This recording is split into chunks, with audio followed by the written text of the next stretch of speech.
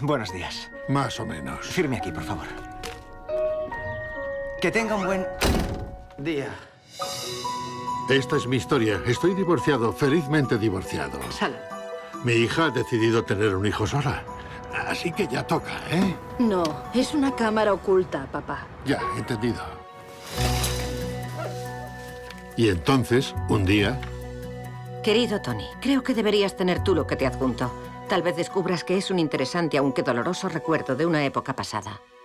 Saludos, Sarah Ford. Alguien a quien conocías te ha legado. Un diario. Está en manos de la hija de la señora Ford. Verónica. Y lo tiene ella.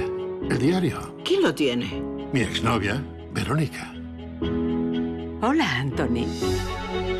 Verónica y yo estábamos enamorados. Poco tiempo después, me dejó por mi mejor amigo. Y yo hice algo imperdonable. No tengo el diario. Lo quemé. Tengo derecho a saber qué decía. Legalmente sí. Moralmente no. ¿De qué se trata? De algo profundamente chocante. Cuéntame. Es horrible. Fue un accidente. ¿Y qué hacías tú allí? No puedo ni imaginarme lo difícil que habrá sido. No, no puedes. Puede que nunca sepamos la verdad.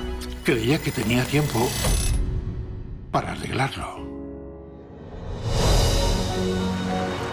Todo lo que me has contado estos últimos días no me lo habías contado nunca.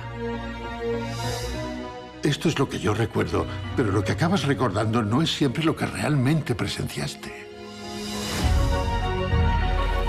¿Por qué me dejaste? ¿Es necesario todo esto? Puede que sea muy poco y muy tarde, pero espero que no. ¿Y si el tiempo pudiese fluir hacia atrás? Para recordarnos que nuestra vida es una historia que nos hemos contado a nosotros mismos. Esta es mi historia.